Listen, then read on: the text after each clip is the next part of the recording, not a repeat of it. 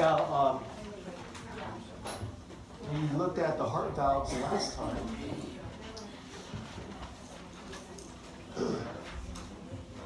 Go from this picture to this picture here. This is something that's expected of you on the dissection for Monday, so I'll pay attention here. This is the aorta. And what you should notice is this is the aortic valve, and right above it are these openings to the coronary arteries. And I expect you to show me this in the inside of your heart. And so what you got to do is just go follow down the artery right on top of the valve and look for these little holes.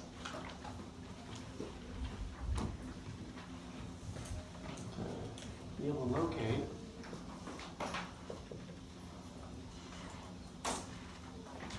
openings of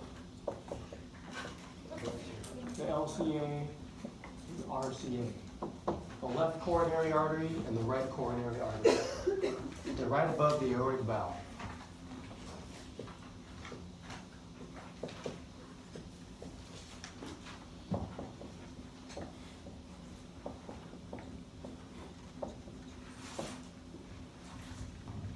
And this is an important anatomical location because it teaches us something about how the heart gets its blood supply.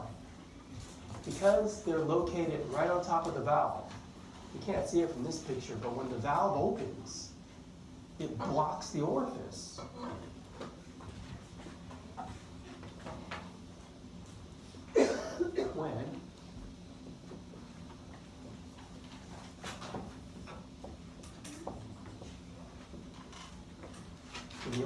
When the aortic valve opens, the cusp blocks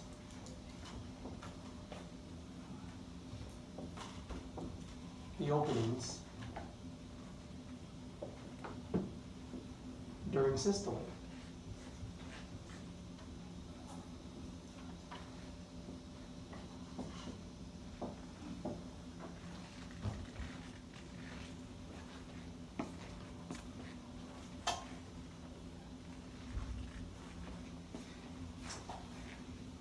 That's important to know because it's the heart's job to pump blood to the whole body, and it does it during systole when it's contracting.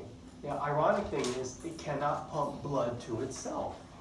So what it has to do is when the heart relaxes, the valve closes, and then blood will flow into the openings. So the heart gets its blood during diastole when it relaxes, which makes more sense actually.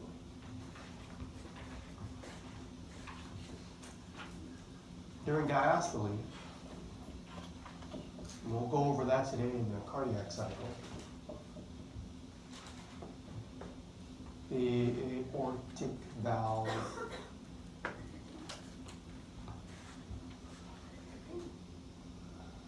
closes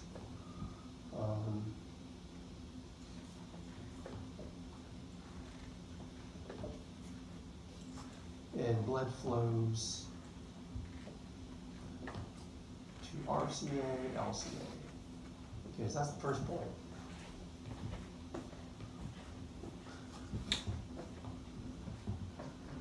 The other valves, we'll go through them real quick. The other semilunar valve looks like this semilunar valve. The aortic and pulmonary look the same. In the two pictures, how you tell the difference is, well, there's no two openings for RCA and LCA. There is an opening for one of the pulmonary arteries, though. And so if you put them side by side, you can tell what's what based on those openings. So I can say, I identify this valve. It's the aortic one. You can tell because of the openings. So there are clues to tell you which valve is which. And then the other valves, so real quick, there is the bicuspid and there's the tricuspid. And, when you look at all the valves together at different phases of the cardiac cycle, you see variations here.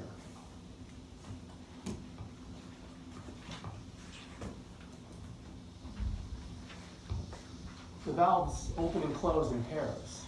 The AB valves open together and close together. And The SL valves open and close together. And the reason why I made this slide is I want students to realize that the heart sounds you hear in the stethoscope are made by the sound of valves closing.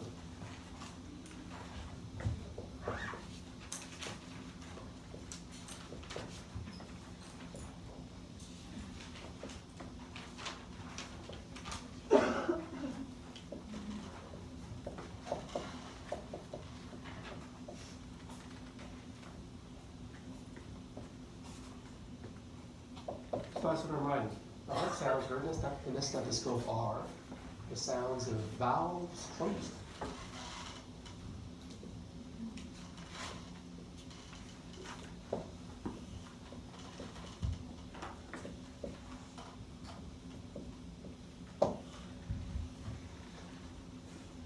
When the AV valves, the bicuspid and the tricuspid, when they're open and then they close, they make the first heart sound, which is a lub.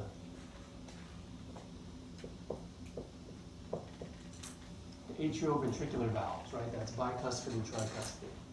So that makes a kind of a lub sound. That's the first heart sound. The semilunar valves, aortic and pulmonary, when they close, they make more of a sharper dup.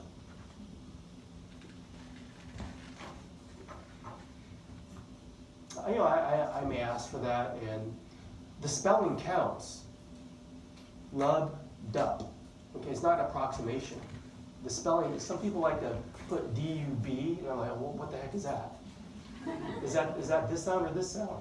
And I just mark it wrong. It's very frustrating. So that's why I emphasize that. Okay, the other thing we learned is that some valves are open and some valves are closed during different phases of the cardiac cycle. So like, for example, in inflow,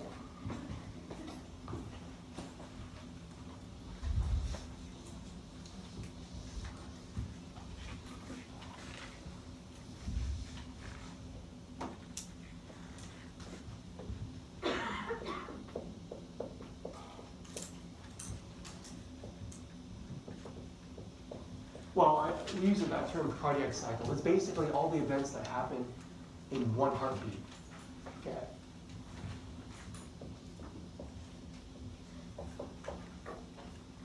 In one heartbeat, we have this part of the heartbeat called inflow.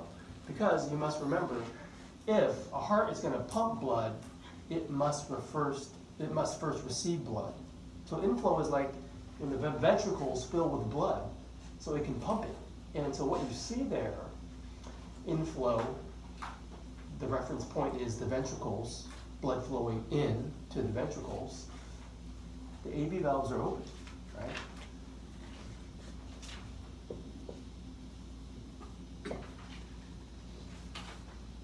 And the SL valves are closed.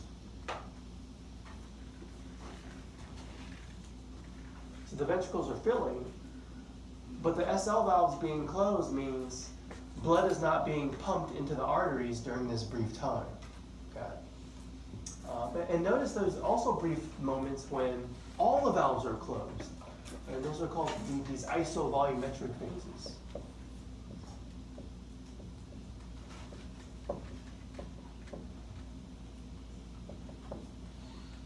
Iso means same. Same what? Same volume. What volume? The volume of blood in the ventricles. During these very brief times, and I'll delineate what they are later, there's no blood flowing into the ventricles because the AV valves are closed, and there's no blood flowing out of the ventricles because the semilunar valves are still closed. So the volume is not changing. Blood can't go in and blood's not coming out. Same volume. So I'll just kind of continue on here. These valves closed. Now, when you go from open to closed, that's the first heart sound, right? Love. And then the job of the heart is to pump blood. So that's what you see during the outflow phase. And then, the SL valves are now open, but the AV valves remain closed. Okay, the heart's generating pressure, but you don't want to push blood backwards into the atria. You only want to push it forward into the arteries. Those valves, AV valves, remain closed. Okay, and that's basically, when you finish outflow, you're going to repeat.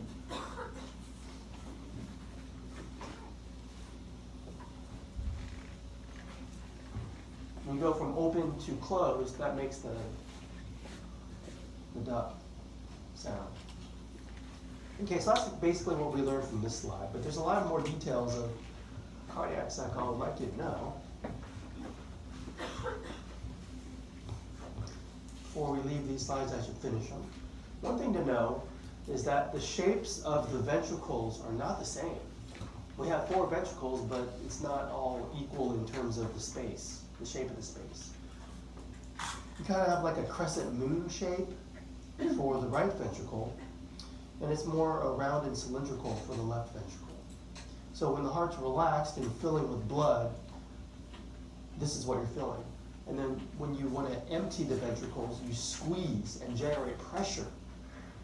And you squeeze the blood out. You're not going to squeeze out every drop, but you'll squeeze out the majority of blood that has filled the ventricles, as we'll see. We'll get a better sense of this when we do the dissection on Monday. And, the reason why we use a sheep heart, it really does approximate the human heart shown in the middle. And this is the illustration of the human heart. And I kind of did a labels on for you if you want to look at that while you're doing your dissection. Of course, I have the procedures, and I suggest that you'll look at that before you attend lab. And while I'm thinking about the dissection, you got to come dressed correctly. That is the day I'll kick you out for not being dressed correctly. So what you want to do is bring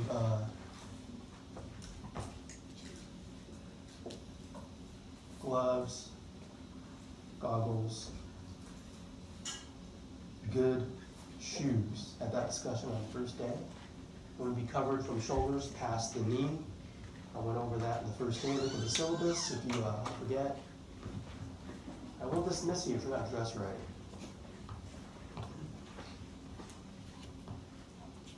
Okay, so remember that's your bonus in your visceral pericardium. Here's another bonus.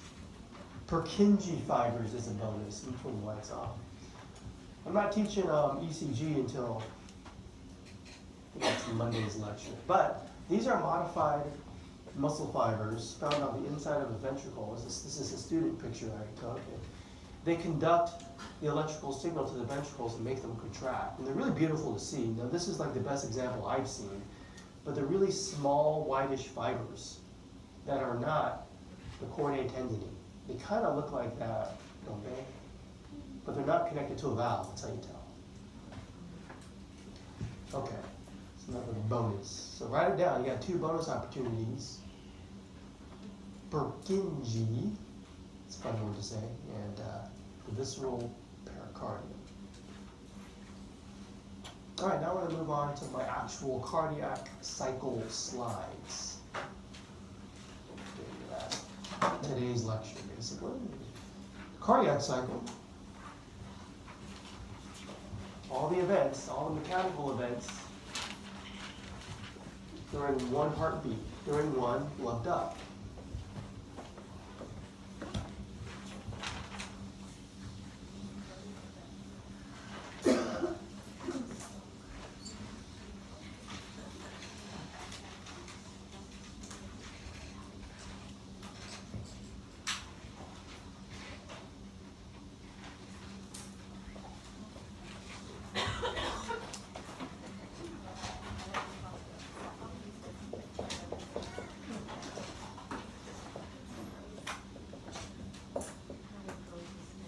All the mechanical events during one heartbeat, which is the pressure, the blood flow, mechanical stuff. I emphasize the word mechanical because another lecture are all the electrical events during the heartbeat in a cardiac cycle. But that's the ECG, and we kind of separate those lectures. Okay, so this is the mechanical stuff. And well, you know, one heartbeat is one left up. It takes about 0.8 seconds. So one cardiac cycle is one heartbeat about 800 milliseconds or 0.8 seconds. Okay. And that's based off the 75 beats per minute.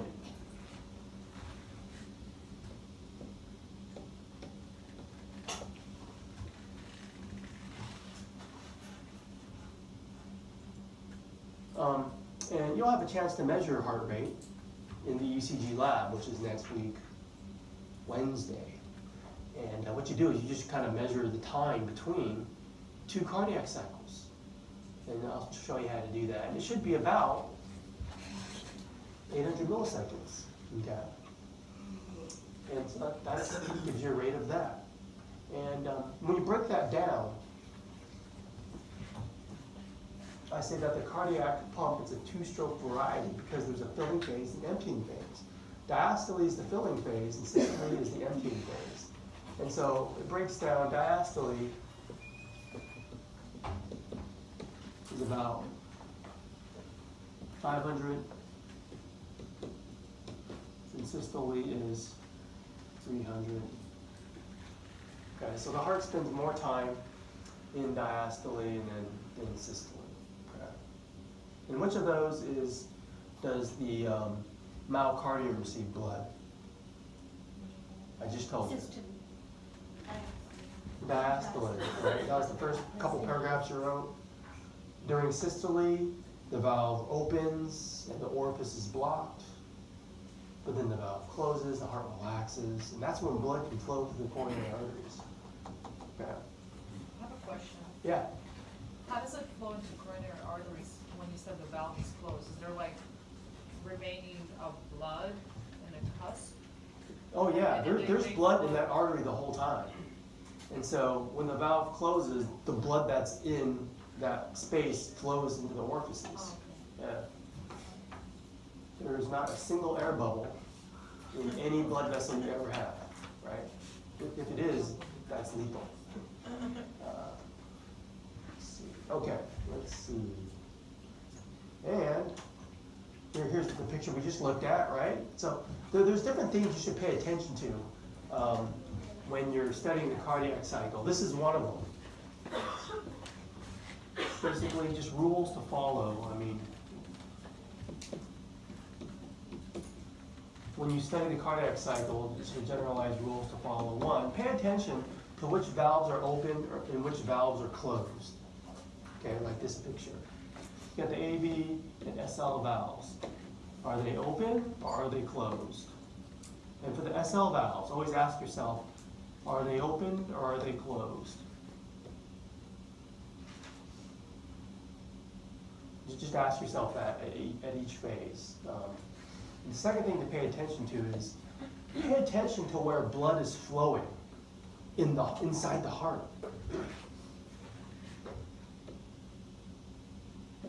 And there's a rule for that. The rule is, it's a simple rule.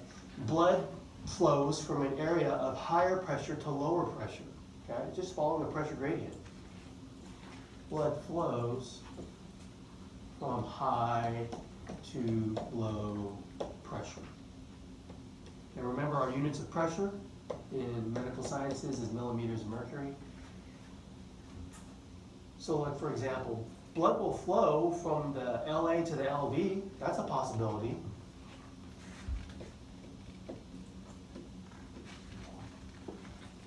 And when the LV generates pressure, it tries to pump blood into the aorta. So blood can flow from LV to aorta, right?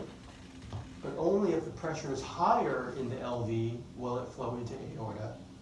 And only if pressure is higher in the LA will it flow to the left ventricle. So that's all I'm talking about. Okay. I have a question. Yeah. What happens to the valves or the blood pressure when there's a regular heartbeat?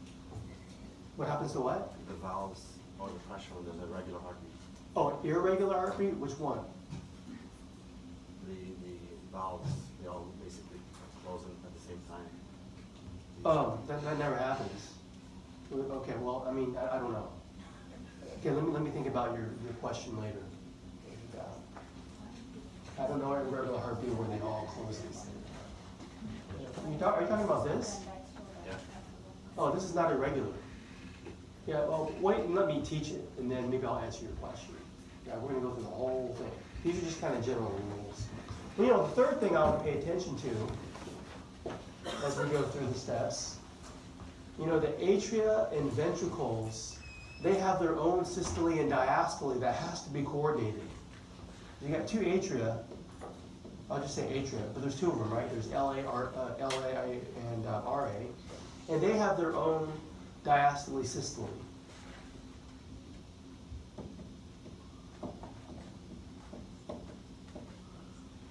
And then you have two ventricles, LV, RV.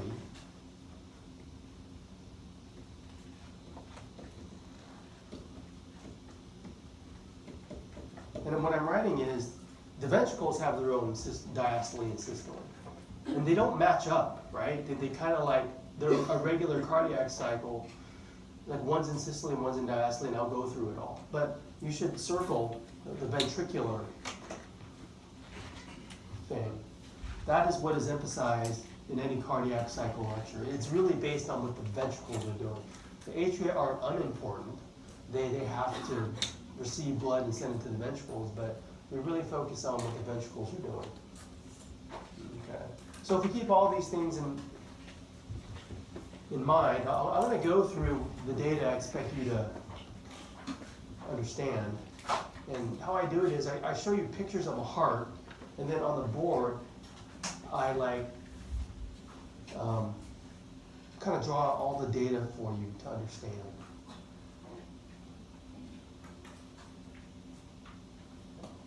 Okay, hold on a second.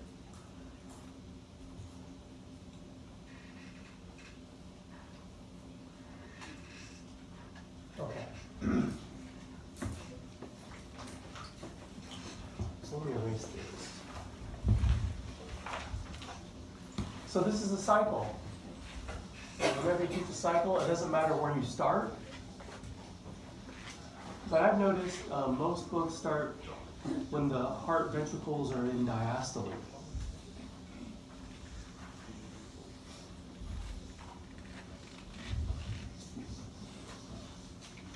When the heart's relaxed. So this first phase is called inflow or ventricular filling.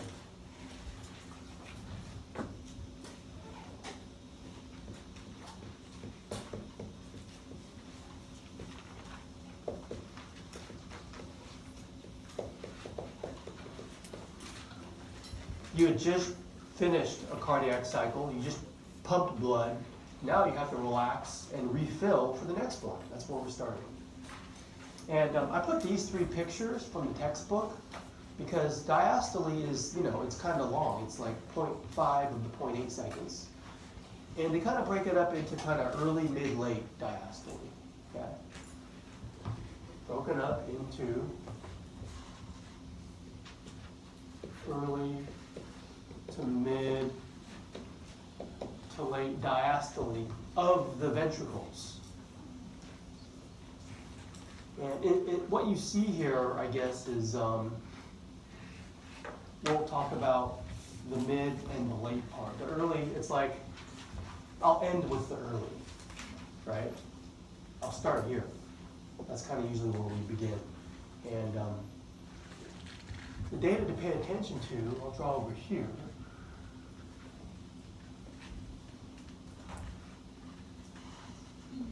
Double graph, plotted against time.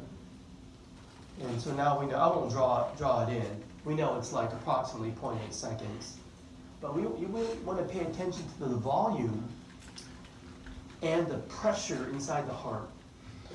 And the way to go is to study the left heart. I understand there's the right heart, but usually the left heart is taught. And we'll pay attention to different pressures in millimeters of mercury and volume. Okay. And I'll put in some numbers on the graph. For the ventricular volume, I'll give you 50 and 120 mils. And then for all the different pressures, we'll go 10, 80, 120 in millimeters of mercury. So we've got pressure and volume plotted against time. This is the data that students are expected to understand. And then so we have to include all the things of the left heart we want to talk about. First thing to understand is the picture we've been looking at. I put this one in here because I want you to see which valves are open and which valves are closed. I mean, you tell me which valves are open, AV or SL? AV is open, and what about SL? Closed. So that's first thing to take note of during inflow.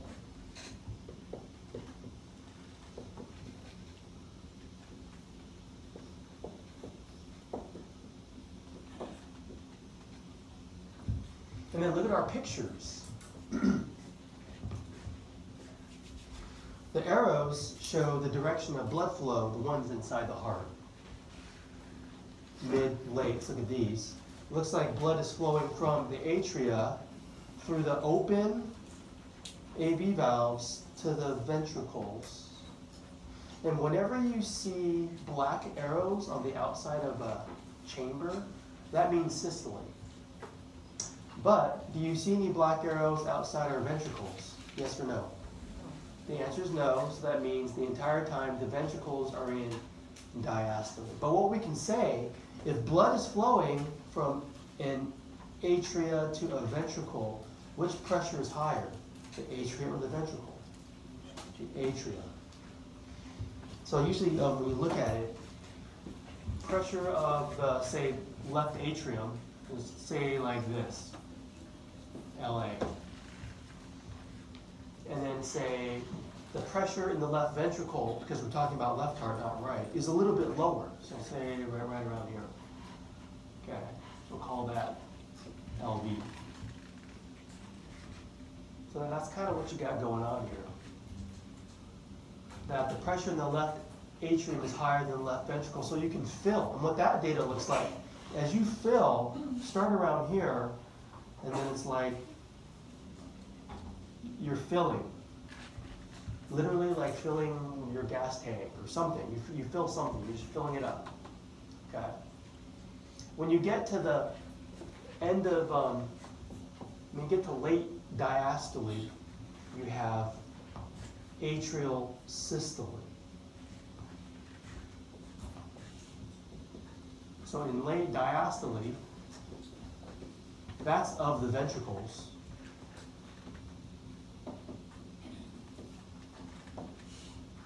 You have atrial systole. The atria contract. When they contract, they push the remaining blood into the ventricles. It's like finishes off the filling. It's like the last 30% of the ventricular filling. Accomplishes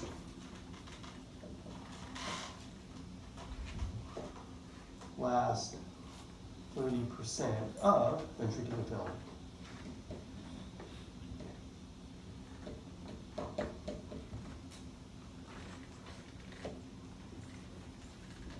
So on the graph, that system, it makes a little blip on the pressure curve for the left atria. Can I help you? I guess not, right? And then the LV, there's a little blip. Okay. And so what that looks like on the volume curve, you basically bump it up to about 120. Okay. And so that's actually something to take note of, because now when you're at the end of diastole,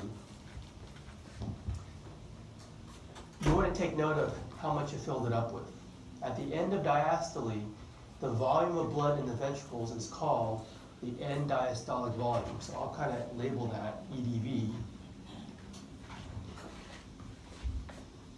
EDV, end diastolic volume. the volume of blood in the ventricles at the end of diastole, and let's put a number to it, 120. Something like that. That's important to know. It's telling you as a student, this is how much blood the ventricles have available to pump.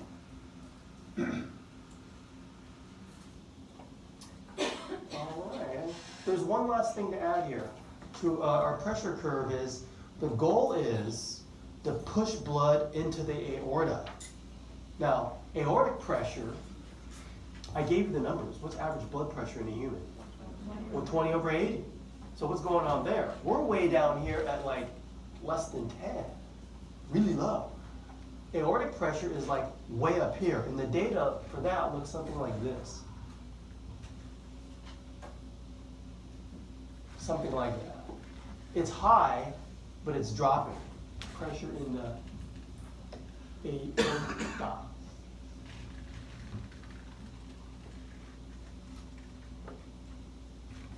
Let me dial it back a little bit. Something like that. Now the reason why it's dropping is because blood is flowing away while the heart's relaxed because it's not generating any pressure. So blood's flowing away, so pressure is dropping, but you're still at about 80. Okay, you're not at 0 or anything. I'm gonna move on. Unless there's any questions, I'm gonna erase this. Because now we have to talk about systole.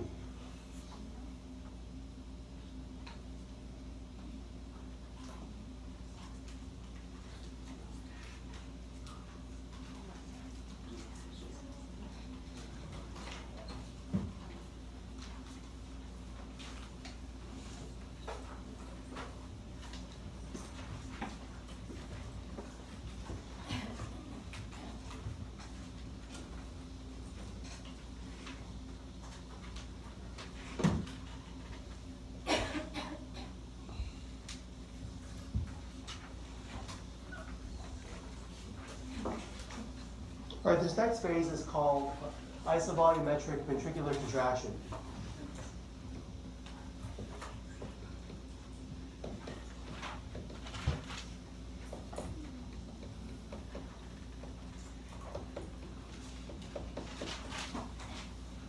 This is systole.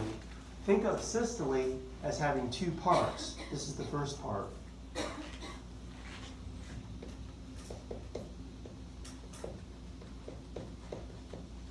Systole is when the cardiac muscles of the ventricles contract. Now, I say you have no inflow, no outflow. So what that means is that picture, all the valves are closed. As soon as the heart generates pressure, it closes the AV valves, and that makes the lub sound.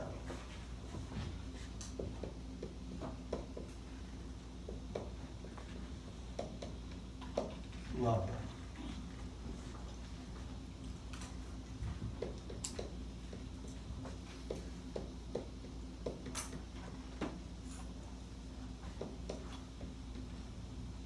They're still closed. The SL valves are still closed. They were closed before. They're still closed. And the AV valves were open and closed and made a lub sound. So no blood is flowing in, no blood is flowing out. Now look where blood wants to flow. Look at the picture.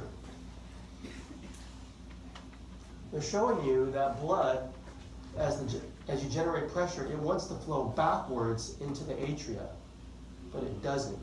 What is keeping these AV valves closed? It's the heartstrings. It's the chordae tendineae. They become very taut. Let me show you a picture of that in the next slide. During inflow, when the valve was open, they were slack. Just blood flows in. But now that you're generating pressure, it closes the valve, and blood is trying to squirt out backwards, but it doesn't. This valve is held closed by these taut heartstrings, and the papillary muscles are in a state of contraction, keeping it closed. So that's something to realize there.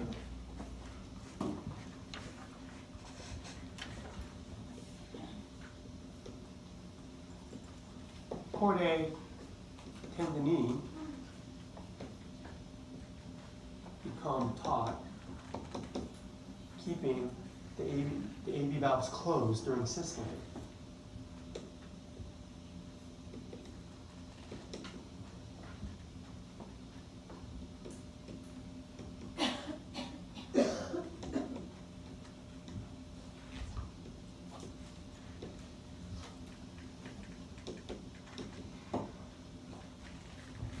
keep blood from regurgitating backwards into the atrium. You could have a leaky valve where that happens, okay, but that's not necessarily life-threatening. You can replace the valve. I don't know too much about it. I know you can't do it. All right, so the point is we're in systole. Let me go back to the previous slide here.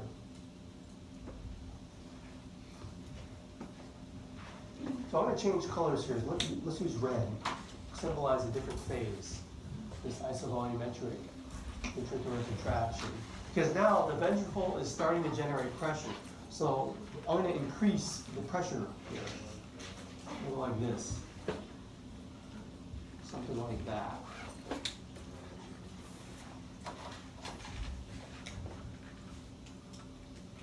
Because during this phase, what the ventricle is trying to do, you're rising to meet aortic pressure.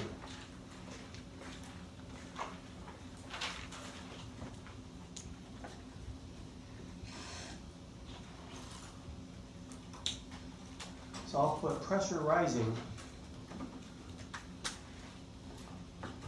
pressure increasing,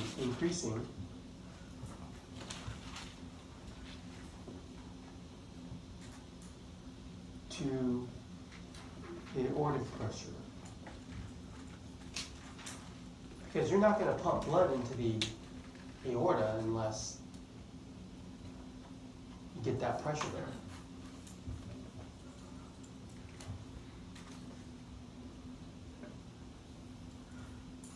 So here's the thing. As soon as the LV pressure exceeds the LA pressure, that's when the AV valves close. I'll point to it. You need to know where this is, right? Boom, there, put a star. That is when, since we're talking about the left heart, I'll say that's when bicuspid valve closes.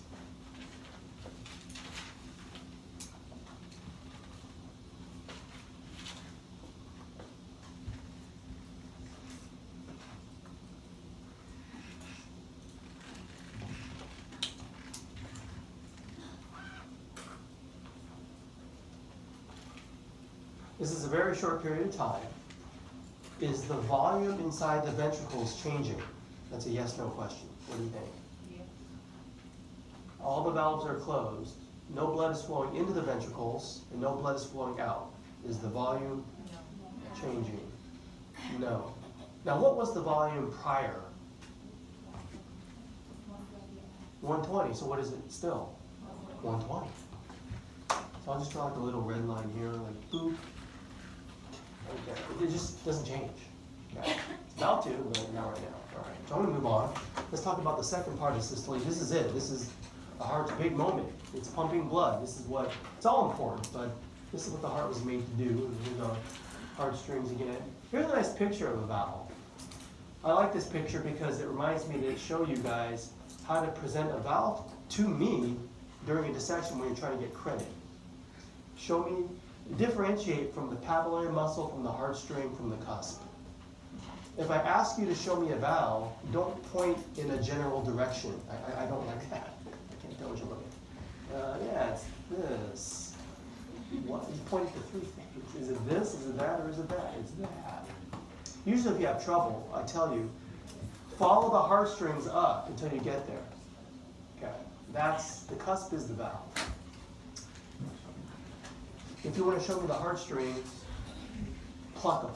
If you want to show me papillary, you can follow them down to where they're attached. That's a good way to present it. Okay, let's move on. All right, here's outflow.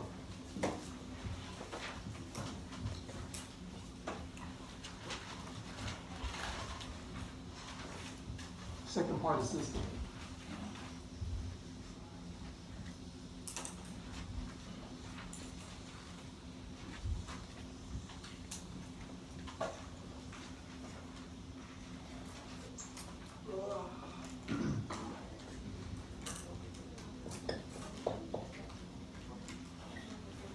Outflow is also known as ventricular ejection.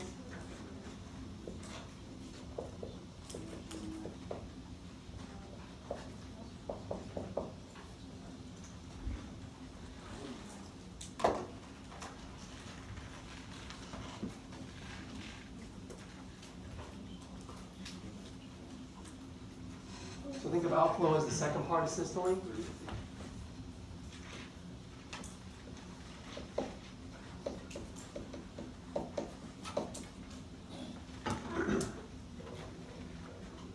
And so look what we have here. The black arrows are around the ventricles. You have your maximum squeezing force, and blood is being ejected into the arteries. In this case, the aorta. So the AV valves are still closed.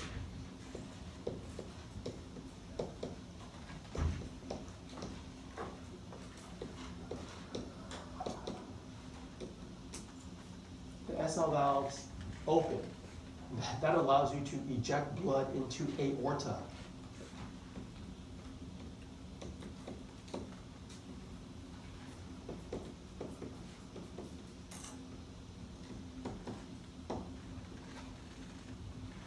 I say aorta because we're talking about the left heart. What if we're talking about the RV? What's the artery attached to the right ventricle? Pulmonary trunk. Okay, don't forget about it, but we're just talking about LV for now, and what that looks like is. So I'll continue to use a black line for aorta, I guess. Like that. I'll change to. You know, let's see, I used red. I should use a different color. How about I go orange? I drew the red, but let's go orange, just so I have a contrast here. So that way you know where isovolumetric ventricular, isovolumetric contraction ends and outflow begins, right here.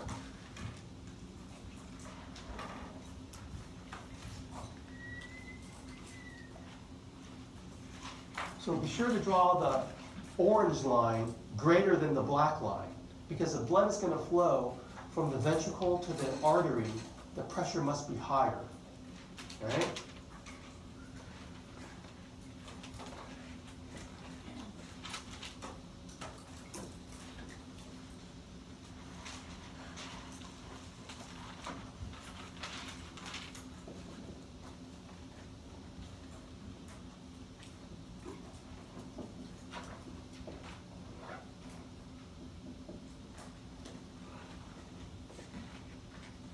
LV pressure is greater than aortic pressure for this to work. So that way blood will flow into it. And I'll continue to use the color orange to show the ejection of blood. You push out most of the blood early in this phase, so it kind of looks like this.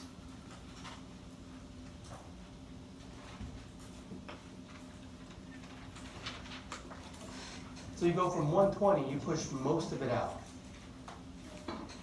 I guess down to 50, that's why I put a 50 there. You don't push out every drop, but you push out. When you tell me, how much did you push out? You could quantitate it. 70, right? Does that make sense to you guys? The math isn't hard, it's just understanding the concept at this point. And we call that the stroke volume.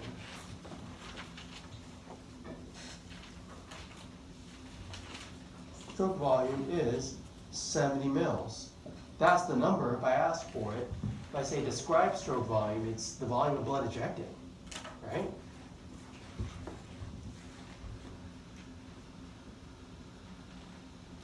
Volume of blood ejected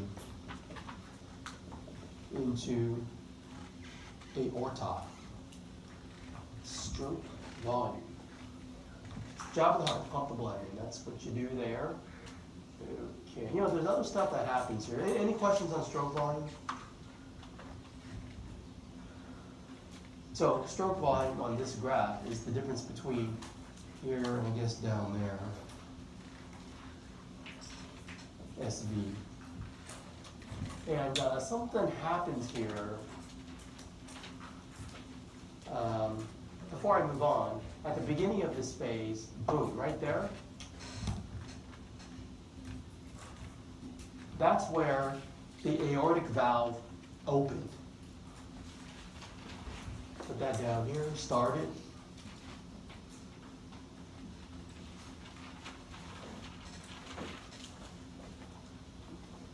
The aortic semilunar valve, aortic valve for short, it opens right there. And guess what? You push out all the blood, it closes right where I stopped here. Now when it closes, it makes this weird notch. It's called the dichrotic notch.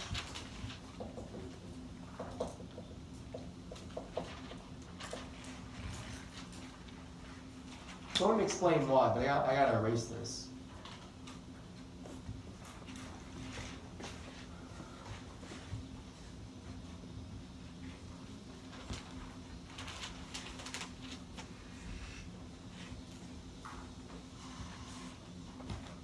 Okay, pretend this is the aorta, and then this is outflow, so you open the valve, and blood is being ejected through the open valve.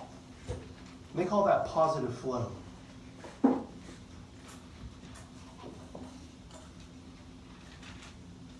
But notice during this phase, you have a pressure rise, and you should be able to tell me what that number is. There's a reason why I drew 120 and 80, right? That's the average blood pressure, right? So that's why I threw those numbers in there.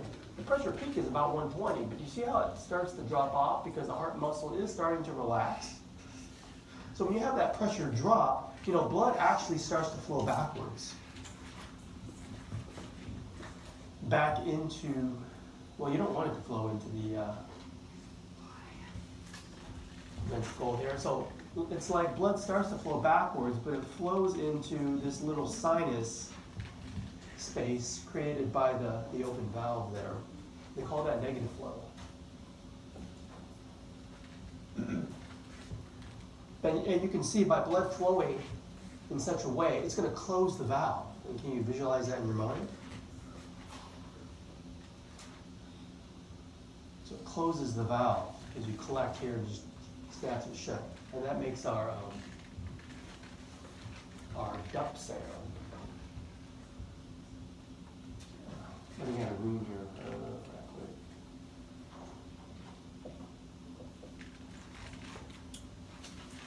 This is where we had our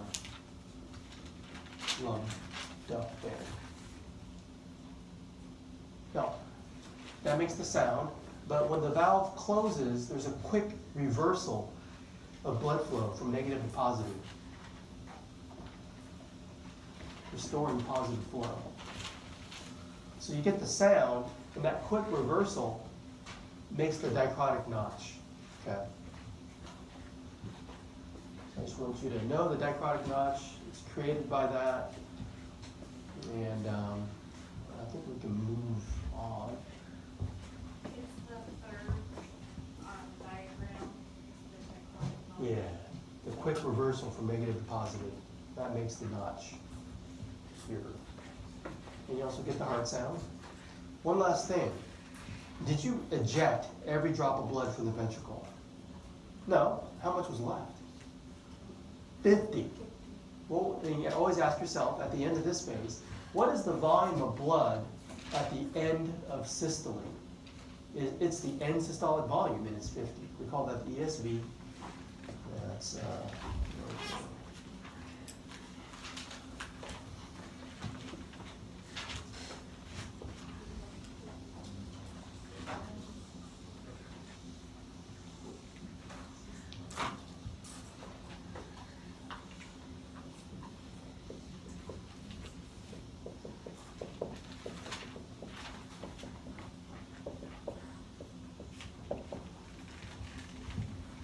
how much blood was available to pump?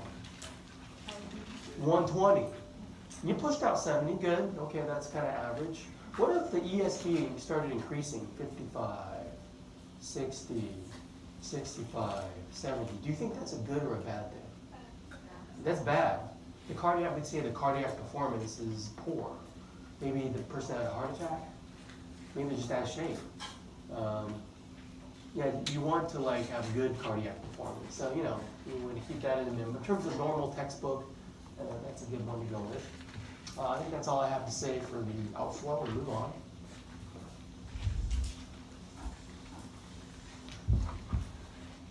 Now the heart is starting to relax. What that looks like is a second isovolumetric phase called isovolumetric ventricular relaxation.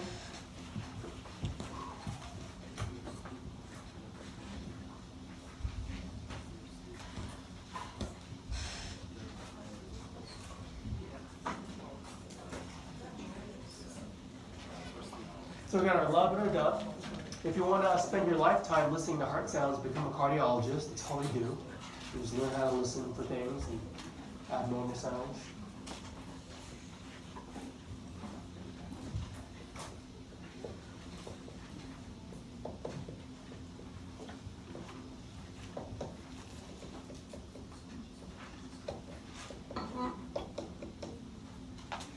If you call it isovolumetric ventricular relaxation, it's basically diastole, right? Yes. Now, I'm going to extend my pressure line for LA just across, boom. This basically stays way down here, atrial pressure. You got that. So I'll use, how about boom. Pressure drops, but all the valves are closed, so blood isn't coming or going inside the ventricle. So mercury pressure drops down and around. Just extend the orange to the green. Stop.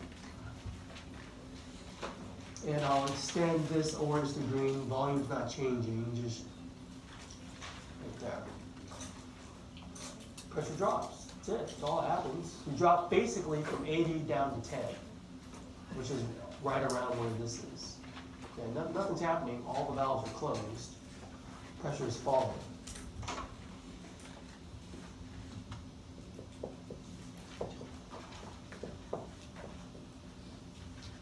And look at the picture. I guess the tough part about this is I like to have students identify pictures of heart and tell me what phase of the cardiac cycle it is. What's the volume that's not changing? What is the volume? Put a number to it. 50, right? The little leftovers is the 50. Okay. Do you see any black arrows? No. Do you see any arrows inside the heart? No. Blood isn't flowing in and blood isn't flowing out. This is isovolumetric relaxation. Okay, that's what it looks like.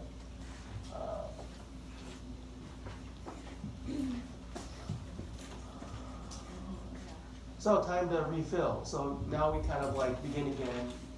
Isovolumetric, well not isovolumetric, inflow early, basically early diastole.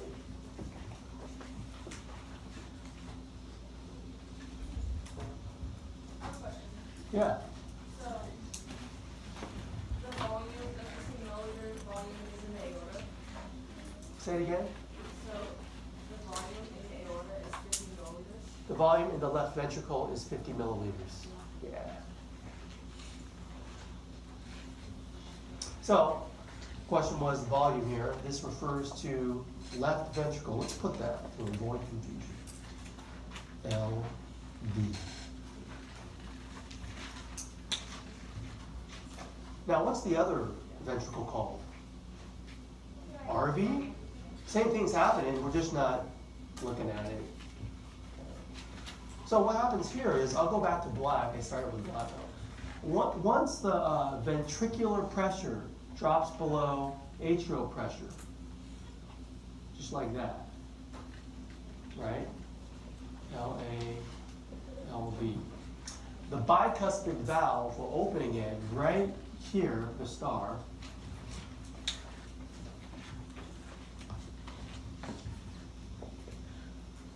Inflow. Early diastole.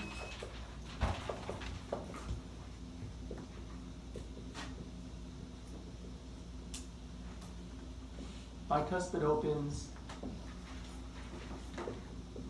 Basically, you start filling for the next cardiac cycle.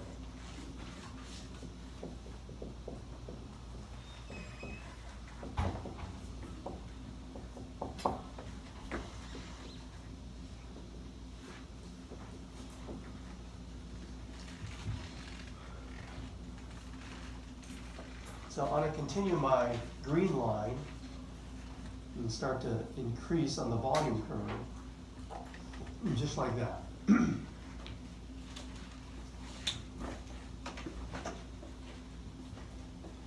that's where we finished.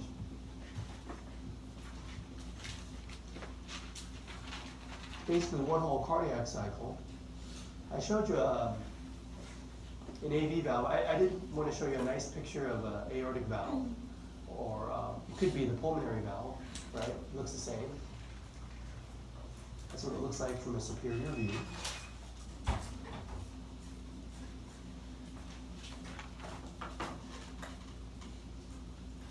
And at this point, you should just take a moment to check for your understanding. Take a minute and see if you and your partner can correctly name 1 to 6.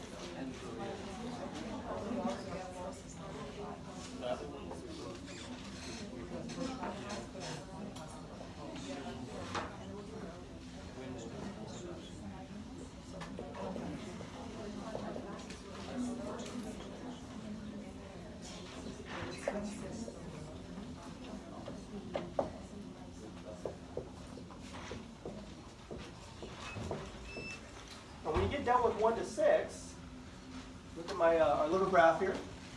I've put 1, 2, 3, 4 at these locations. Tell me which valve opens or closes at each of those locations at the 1, 2, 3, and the 4.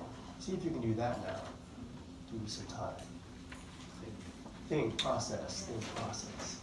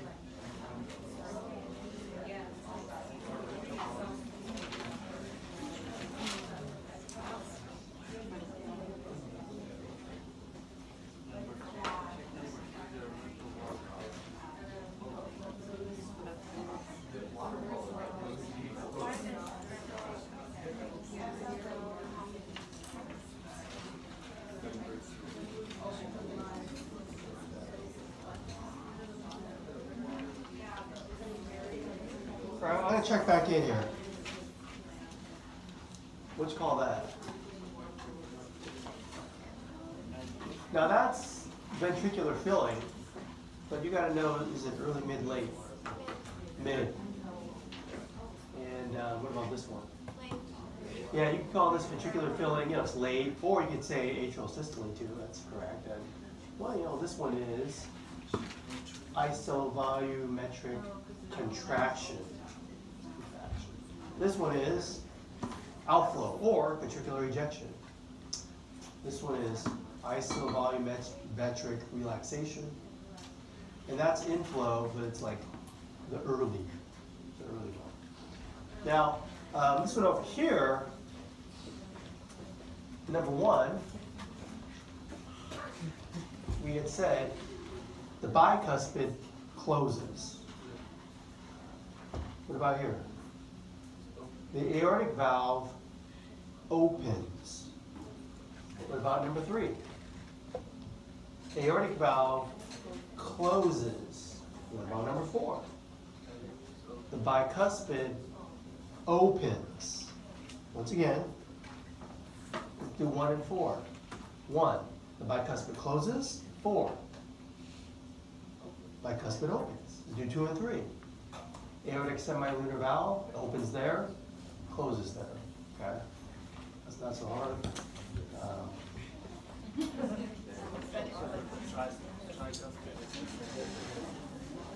I'm sorry, there's a question here. I can't hear it. It's the same thing. Yeah, on the right side, yes. So I like this 1, 2, 3, 4 too. It's just different artwork. This is during diastole. You see blood going to the atria. This is isovolumetric contraction. The ventricles are full, but blood isn't flowing in or flowing out. Here they show outflow or ventricular ejection.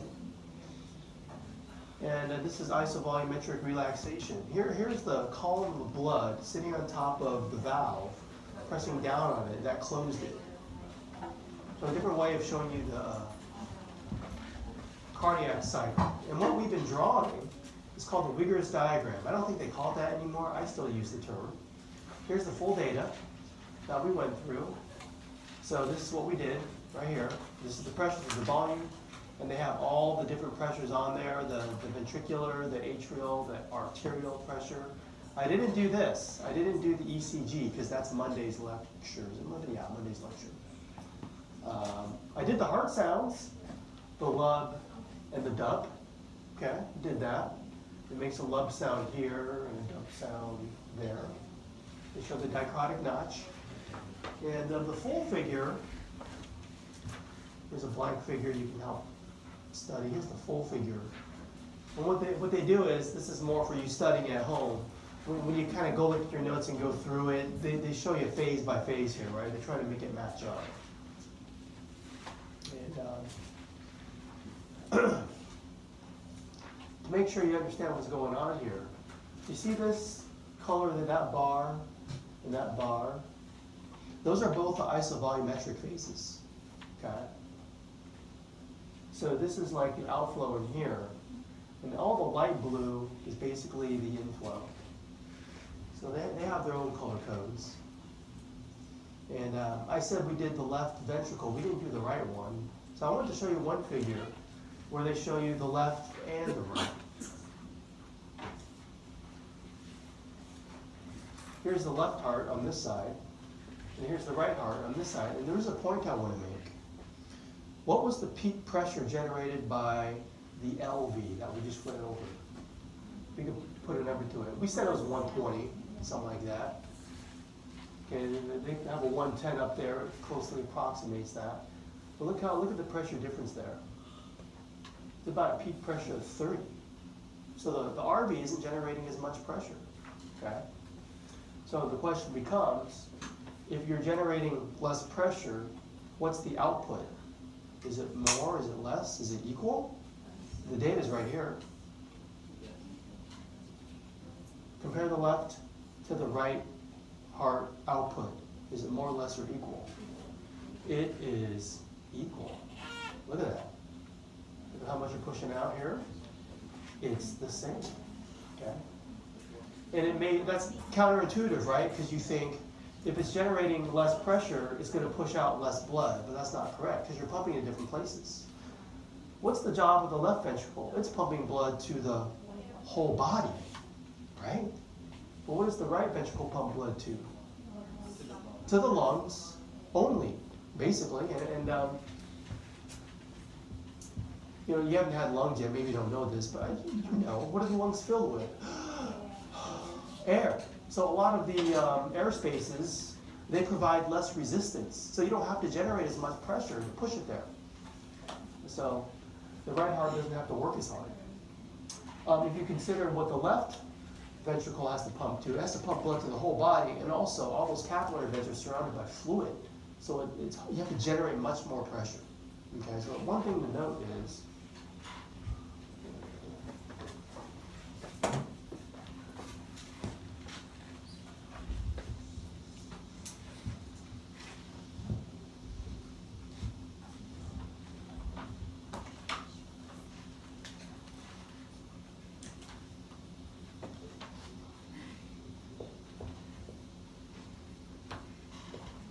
the LV generates more pressure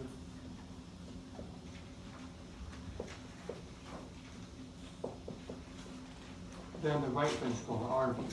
It's about 120 versus 30 peak pressure.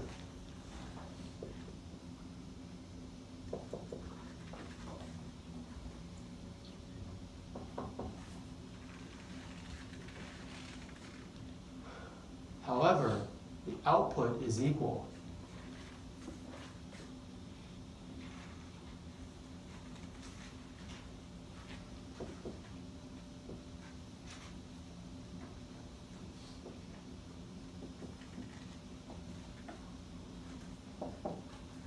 About 70 ml in both cases. Okay. That's very important to know because they have to keep up with each other. If the output was unequal, you would have problems very quickly.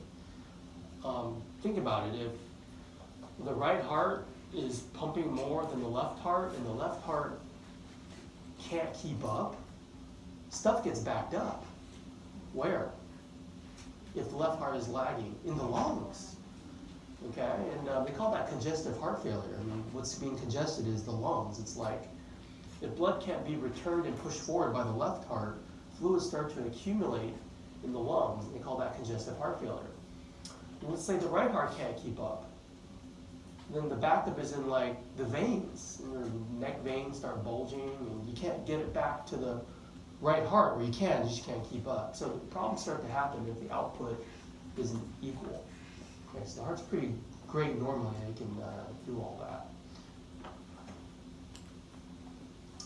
The other type of data we want you to understand for the cardiac cycle is if you plot the pressure against the volume, as shown here.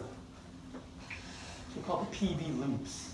Pressure, y-axis, the volume, x-axis, which is different than before. Before we plotted pressure against time, volume against time. Now we're plotting it against each other and you get this graph here. It still represents the same information, which I want you to understand.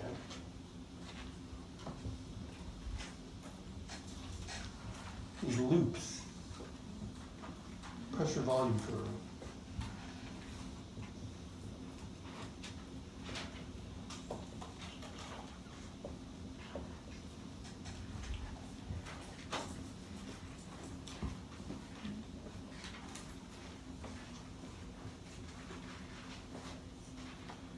In the previous figures, we saw separate plots of pressure against time, volume against time. But if you plot pressure against volume, this is a pressure volume loop.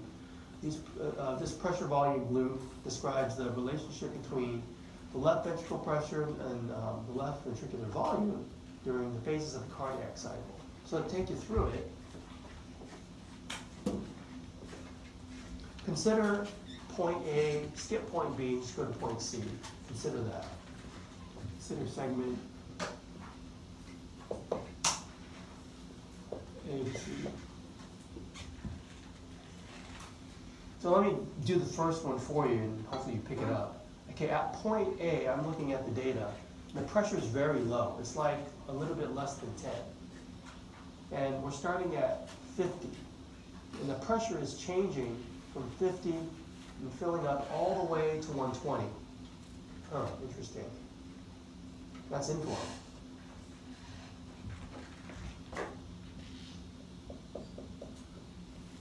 Pressure didn't change very much, but the volume changed from 50 to 120.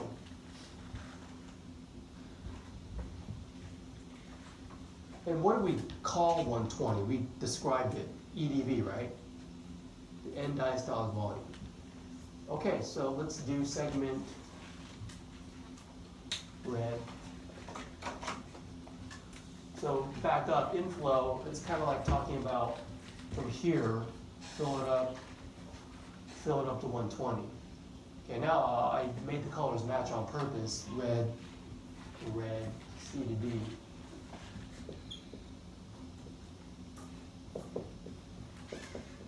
We call that, can you tell me what? Okay, isovolumetric, what's the other word? Contraction, very good.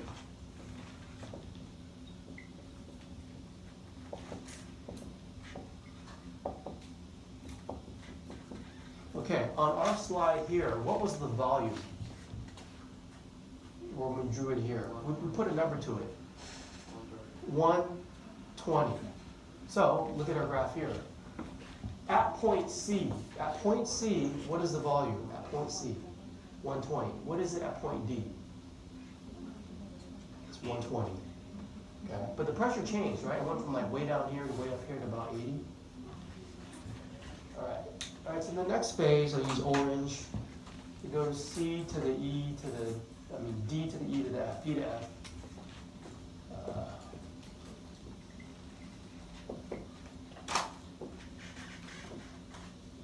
That's our outflow.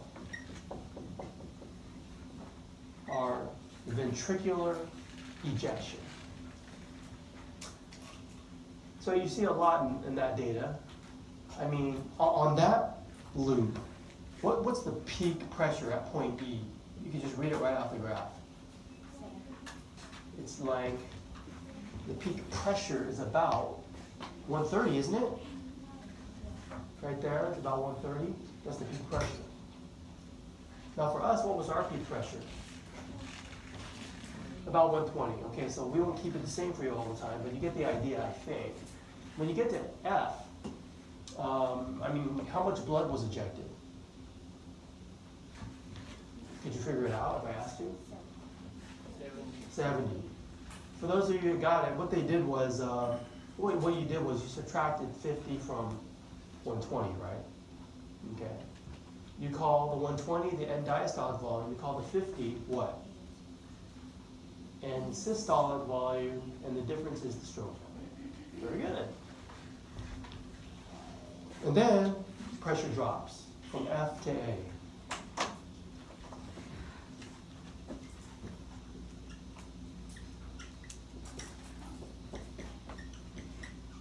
Isovolumetric relaxation.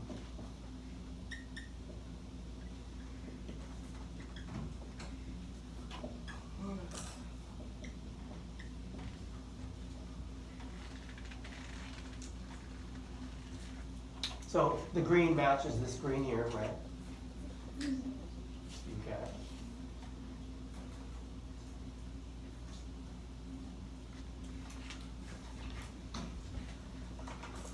What's the volume in the ventricle during that segment on this graph? Can you read that? It says 50. And that kind of matched ours, right? It doesn't change, right? You start filling again.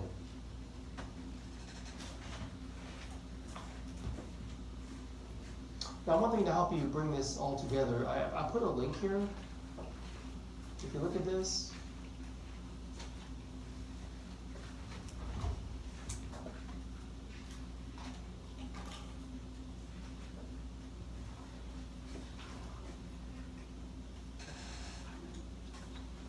you see the actions of the heart, and you see time flowing through the Wigner's diagram here, what we just went through, right?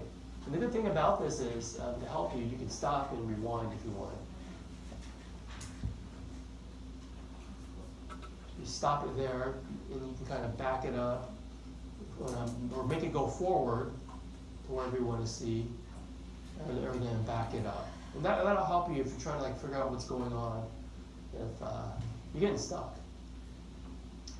Let's see, so that's good animation, you know.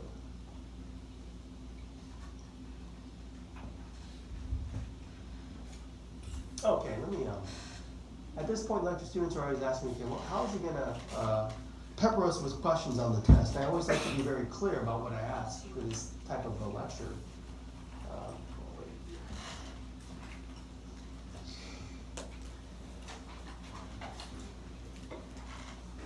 I just take that figure and I just like start pointing at stuff.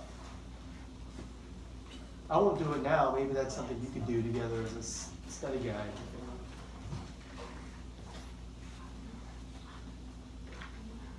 This is kind of like my favorite one. Why? Because it really tests your knowledge and it's easy to grade. This is all I have to grade here. I just have to say, match the number with the picture. So there's two levels of knowledge here. You got to know what the picture is. Then I have to know where that picture is on here. Okay? And matching is really quick to grade, just right? And if you get one off, then you've missed two. So it's kind of like a do or die here. You got to get them all right. For example, number 2. That goes with, this. I'm not going to do them all for you. I want you to do some thinking on that, but that's a good one. Practice doing that. Other things I like to ask. Which valve opens or closes at 1, 2, 3, 4? We went over that, right? What's the lub, what's the dove? Now here's an easy one. Estimate diastolic and systolic pressure here. Well, what's the pressure peak? 120, and the pressure drop is about 80. Okay. And also for the PV loop, we went through the segments, right? And these kind of describe it. You know, for example, passive filling of the LV and atrial contraction. Which segment was that? A to C. It'll take some time, but you'll start to get it much more quickly as you pointed out. And as you study, again, at points A, C, D, F, try to figure out the valvular event. For example, at point A, to start filling at point A, something had to open. What had to open? The bicuspid valve had to. Okay. Now, to push blood into the artery at D, something had to open. The aortic valve had to open. Okay, so this is kind of how I want you to think for exams as you study these data. Okay. We're going to take a break. When we come back from break, we're done with the cardiac cycle. I just want you to give you some lab time to study the models. And there's nothing to turn into lab. So what I did was,